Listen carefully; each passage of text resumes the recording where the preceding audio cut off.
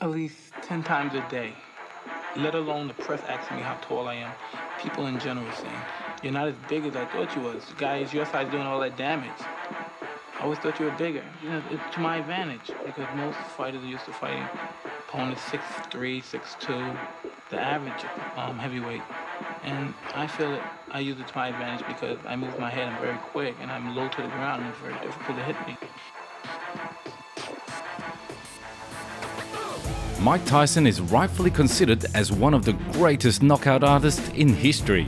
During his rise, Iron was one of the most ferocious and ruthless boxers with a concrete, crushing punching power. All that said, Mike is quite short for a heavyweight, and there are middleweights today who are taller than him. Nonetheless, Tyson's modest size never stopped him from knocking out even the tallest opponents in a teeth-shattering manner. I'm the best ever. There's never been anybody ruthless. I'm Sonny Liston. I'm Jack Dempsey. There's no one like me. I'm from Nairclaw. There's no one that can match me. My style is impetuous. My defense is impregnable. And I'm just ferocious. I want your heart. I want to eat your children. Praise be to Allah. Dear friends, our video today is dedicated to fights when Mike Tyson knocked out giants. Please don't forget to leave a like and a 4-word comment. Also, don't forget to subscribe to our channel so you can make sure that you will never miss any new videos. Let's get started.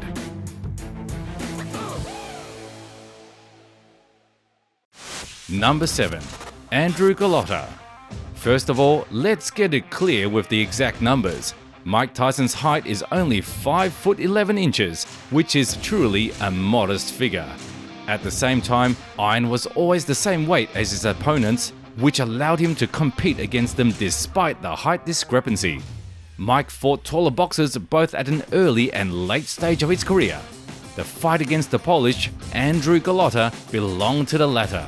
The height of the European giant was 6'3", which in combination with a long reach and decent technique made him a threat to any heavyweight. Andrew won the bronze in Olympics and contested championships of main boxing leagues multiple times. However, heading into the fight with Tyson in 2000, Golota was a veteran. In addition, he was infamous due to using a lot of dirty tricks in his fights.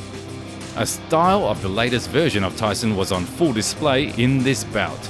Relentless Mike went at the Polish, throwing shots to the body flowing into the head strikes. Using his speed, Mike neutralized the reach of Golota and in the first round scored a knockdown with an overhand right with only 12 seconds left. Confused Andrew didn't know how to deal with this beast. In the next round, Mike was imposing exchanges on his opponent and was completely destroying him there. Even the clinch couldn't help Golota. After barely surviving to the end of the round, the Polish refused to go on against this beast and left the arena, which caused a heated reaction from the fans. Потом целые тонны всяческих продуктов выгребли с этой арены.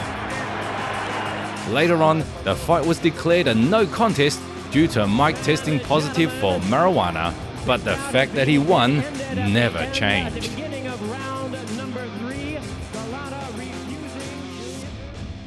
Number 6. Frank Bruno. Now it's time to recall the earlier version of Tyson. Mike was still the undefeated champion in 1989, and there was not a single heavyweight who looked like a worthy challenge for him. He had already defended one of his titles 7 times, and in the most recent fight he ripped the head of a famous Olympian, Tyrell Biggs, an undefeated hereditary boxer, Michael Spinks, and the man who was the last one to defeat Muhammad Ali, Larry Holmes. There were almost no contenders left, and then Frank Bruno came out. This puncher from Britain is not widely remembered now, yet at one time many people believed that the pure punching power of this guy was even superior to Tyson's. He had 40 wins in his career and 38 of them were finishes. He also became one of the 6 heavyweight champions from Britain. Bruno was 6'3" tall, significantly surpassing Iron in this regard.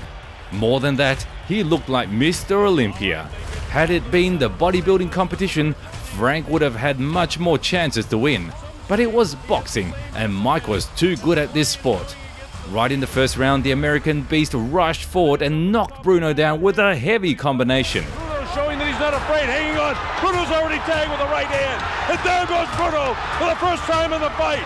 After recovery, Frank started throwing back quite well and had success at using clinch in order not to let Tyson turn it up. But it didn't matter at all, as the fist of iron ultimately found the head of his opponent. In the 5th round, already tired but still fuming with fury, Mike went forward and pressed Bruno against the ropes, where he did an enormous amount of damage to the contender, which forced his team to throw in the towel. Tyson knows he's got him in big trouble. If he doesn't answer it, Richard Steele has moved in and has stopped the fight. It's all over. Michael Tyson wins on a 5th round TKO. Lou Savarese. Now let's remember the fight which took place right before the one against Golota. Even though Mike was in good shape in the same 2000, yet he realized that he didn't have much time left to compete at a high level. 2 fights against Holyfield that Iron lost made it even more obvious. After losing twice, Tyson came up with the idea of becoming the champion again, and perhaps one last time. That's why he was actively asking for a fight against Lennox Lewis. The champion from Britain by that time had his own business to deal with, and besides that, he wasn't satisfied with the purse for fighting Mike. That's why they had been struggling making this fight.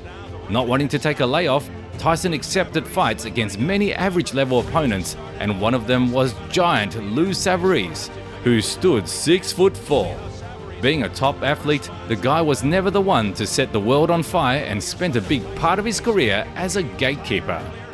What did this psycho put on in the ring? After seconds from the start, small in comparison to Savarese, Tyson exploded with a left hook and dropped his opponent. Has to get some respect because Mike's only got one speed. It's fast forward. Within seconds, down. Not giving him 1 second break, Iron went on Lou, punching him with such anger and power that he didn't even notice the referee, who was trying to save the helpless giant from him. Races down on the canvas. I told you Savarese was going to underestimate his speed and his power. A barrage by Tyson. The referee, John Coyle, steps between, and he continues. Coyle's trying to stop it. Tyson says, "I'm sorry" to the referee. He said, "I'm sorry." He didn't hear John Coyle's instructions, and this fight may be over. Eventually, they managed to stop Tyson and he got a TKO win. After the fight, fans heard this legendary interview with the line, "I want to eat his children." I'm the best ever. There's never been anybody as ruthless. I'm Sonny Liston. I'm Jack Dempsey. There's no one like me. I'm from Nairclaw. There's no one that can match me. My style is impetuous. My defense is impregnable. And I'm just ferocious. I want your heart. I want to eat his children. Praise be to Allah. Number 4. Jose Revolta. Before becoming the youngest heavyweight champion of the world in history, Tyson faced really tough opponents. One of them was experienced Cuban Jose Revolta. El Nino had a long list of accomplishments as an amateur where he won the Golden Gloves tournament several times. Apart from that, he had been preparing the Olympic selection, but in order to improve his family's financial situation, he decided to start his professional career, and this choice has paid off. After only 3 years of active performances, Revolta was in the top 10 of WBC rankings. When he was offered to fight young Mike Tyson, Jose was coming into this fight riding on one victory, but he didn't doubt his skills. When boxers faced each other in the middle of the ring, they shocked the audience with a huge size discrepancy. Jacked and powerful Tyson was literally at least a head shorter than his opponent, as Revolta stood 6'4", which, however, didn't help him to cope with the young beast. Jose was trying to work with his jab and keep the distance, but the pressure of Mike with his body movement did their thing was too much for Revolta. And right in the second round, the American scored a first knockdown with the double right. Right hand by Mike Tyson is inviting. And there was an uppercut. What a shot. When Cuban was covering his head, Iron was damaging his midsection so hard that it forced him to drop his hands, and after that, Mike was exploding with hooks and uppercuts.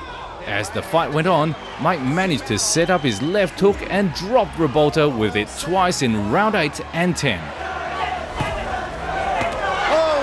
Shot, and Revolta's down.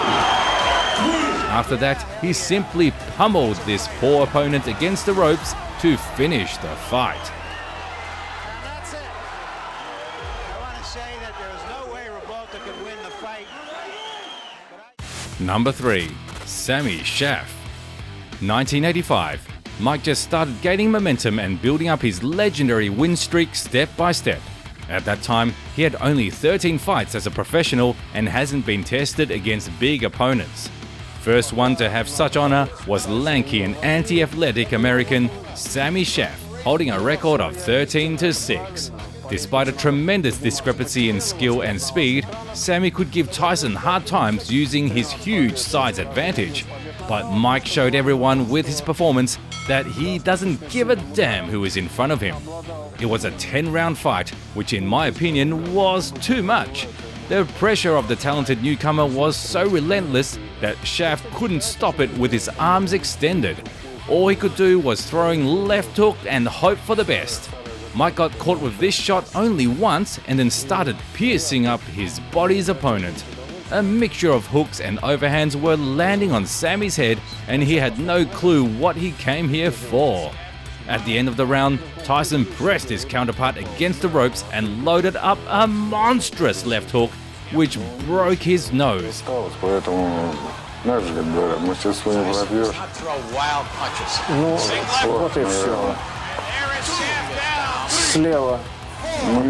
The fight was stopped immediately, and the defeated, bloody-faced Goliath wouldn't recover for a long time.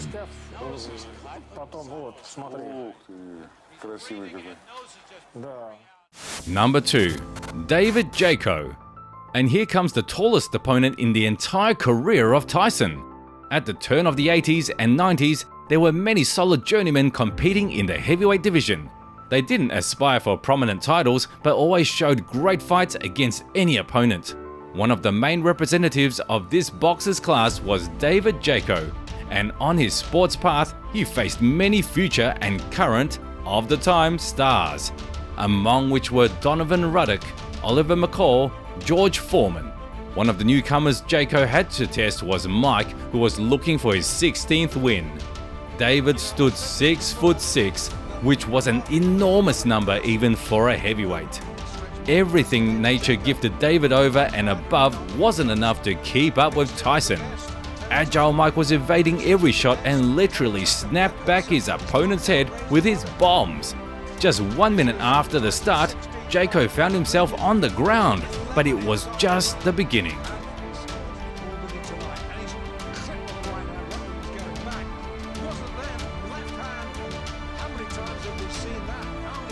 Smelling the blood, Iron performed an execution and dropped his opponent again with a looping hook. Everyone was shocked to watch this tough guy putting a beating on for the Giant, while Mike kept throwing shots until a vicious right hook put a decisive end to this fight. Literally any second. He's taken 2 counts. 3. It's all over. He could have stopped that before.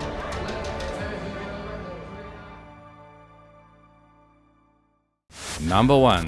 Tyrell Biggs. It had been already shown that in order to beat Tyson, being just taller than him isn't enough. To get it done, one had to be as fast as Iron and possess an equal pure physical power. Surprisingly, there was a guy like that.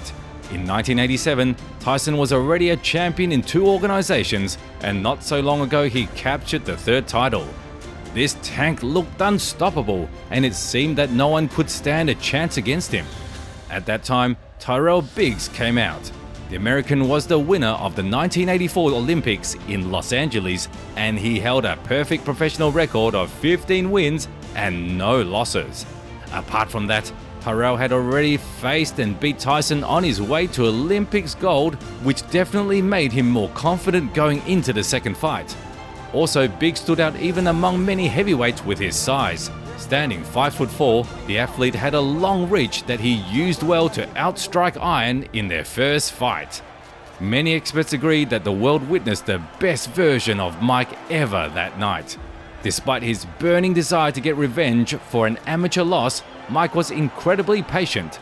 Nasty and precise jab of Biggs was simply not working against Iron, who was moving his head so well that it was impossible to land on him. On the other hand, right in the opening rounds, Tyson had set up his left hook that he was catching his opponent with over and over again. At some point, it was obvious that had Mike turned up a little bit, he would have surely knocked Tyrell out. But Tyson was stretching the fun. The size of Biggs became a curse for him as he couldn't move and react to shots fast enough, which caused him to get hit all the time. And in round 7, another leading hand hook ended this fight. What a brilliant performance by young Tyson. Whatever haters say, Iron really was a one-of-a-kind boxer. When everyone was cutting weight just to get a size advantage over their opponents, young Tyson chose a completely opposite kind of strategy, and in the era of giant heavyweights, he took an unexplored pathway and did what seemed impossible. Considering all traits and skills of Mike, it's more likely that he was the only one capable of implementing such an approach, and it only proves his genius and uniqueness.